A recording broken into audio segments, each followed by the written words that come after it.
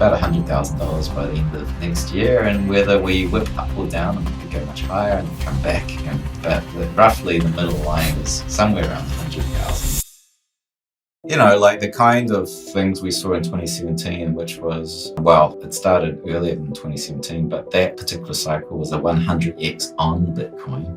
And of course, we weathered an immense volatility. The average person on the street will think 100x in that time frame. It's just stupid. You know, it's just like there's something wrong with that. It's a scam. And they're much more interested in lower volatility and something that's a reliable gain. I know that, like, particularly family offices in the US, they're much more interested in the gains that Bitcoin promises to make, not what it has made, which has been higher, but it promises to make roughly currently about 110% annualized per year if you follow the trajectory that the stock to flow model projects going forward. It's 110% annualized, right? So that's pretty high, and it's believably high as well. Like, you can do that in exotic instruments, but you know, the downside risk is very, you know, we've just pulled back, how much is it? Mid 30%, like in a matter of weeks. I'm not so interested in experiencing the downside. They'd much rather have less risk, and they don't care necessarily about the 100x. It's really about the risk-adjusted returns. And particularly, you can put yourself in their shoes. You're managing 100 million or multiple hundreds of millions. You don't want to see your portfolio swing downwards like that. Well, retail can handle that if they're hardened hodlers, but once you imagine losing $30 million over 3 weeks in a particular drawdown if you're fully exposed to Bitcoin. That's not really on managing that size of money. So as this thing matures, I think I agree, it's like becomes more attractive. And I mean, even Michael Saylor said that the high net worth want to buy the top. Like, they don't want to buy Bitcoin when it's like a $4 billion asset class. They want to buy it when it's above $1 trillion because it's sufficiently de-risked. Whereas we just want to buy low. We want to buy it at $1. But these guys are very sophisticated around risk. You know, honestly, if you bought Bitcoin at $1, the risk was unquantifiable. Really, there was no way to quantify that risk. You could do it numerically, like, wow, that's the volatility of my returns is really like off the charts. But the risks that you can't quantify is, will this thing not be hacked? Will the government stamp it out? You know, all sorts of stuff you can't even think of. Like, it's very hard to quantify. So it's getting into that region where, you know, if you look at El Salvador coming on board, it's obviously been sufficiently de-risked for a nation state. Now it's had 12 years or maybe 13 years. It hasn't been hacked. The protocol runs. Volatility is sufficiently low for a nation state to now adopt it. Still pretty high, but like the upside is good. So yeah, I mean, like, it's a different realm now, and it's good for, I think, geopolitical, that sort of game, which is, you know, there's so many people in retail are in that like DG, and I want 100x, which is fine. And the Bitcoins are sitting here talking about this is hard money, and we're at a geopolitical level.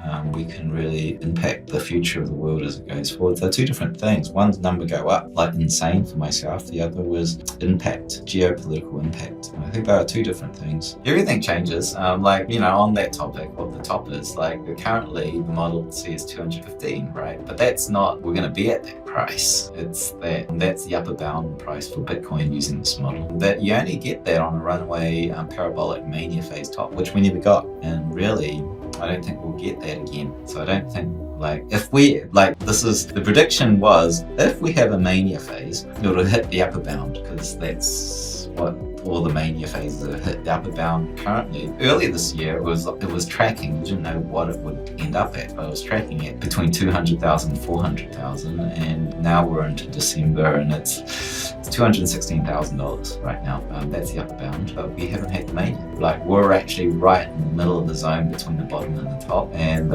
it's very cool right now.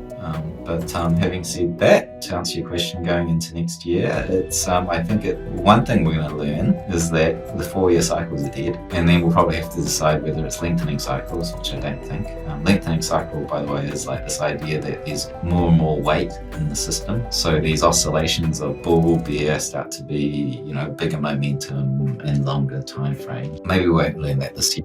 I don't think that it makes sense. I think that like on fundamentals, we have a 4-year gravity orbit around the halvening. So that's the mining infrastructure. So that's like one wave every 4 years, and then we have a macro cycle correlation, which is to traditional assets, which are like we have bull bear markets every 10 years or so. Roughly, it's kind of random. It could be up to 14 years. So that's another that's another sort of wave of like a decade-long cycle, and that's getting a gravity pull to the correlation to traditional assets. And then you have basic demand and supply, like we had earlier this year. Was a lot of FOMO, and then it cooled off, and all of that FOMO and then cooled off has its own cycle within our industry, which creates a wave of demand and supply. That's different. So you have all these different waves on top of each other. And so I think that the main one is the halvening, and the other big one is correlation to traditional assets. So we're about to escape the gravity of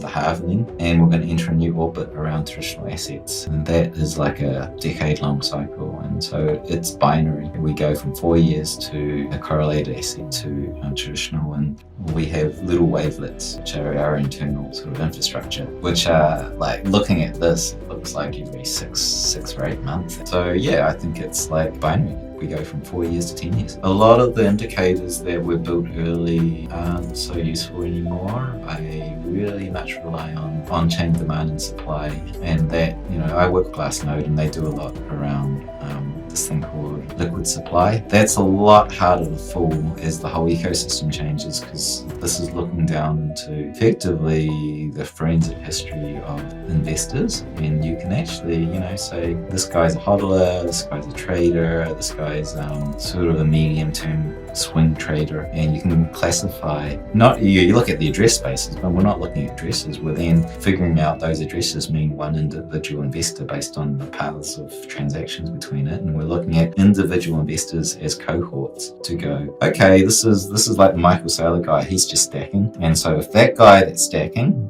very seldom sells, starts to unload his coins, we're in trouble. Of course, we go all-time high because, Yes. unless Bitcoin fails, right? All-time high is 69,000. If we break the all-time high properly, we run through the fibs, and let's face it, 69 to 100,000 is nothing, right? It's only like a 50% gain for Bitcoin, which it does quite regularly. Yeah, all-time high, sure. The stock to flow still, really to me, stock to flow is just this really nice chart that figures out the progression of the price increase. There's a good narrative model around it, around scarcity, and he's using that. But pretty much the linear regression he does on it is basically the method in which he just tracks the current growth rate of Bitcoin, and we can just continue to do that. And I would say we will be like right in the middle of it. It's like $100,000. Yeah, it's about $100,000 by the end of next year. And whether we whip up or down, it could go much higher and it could come back.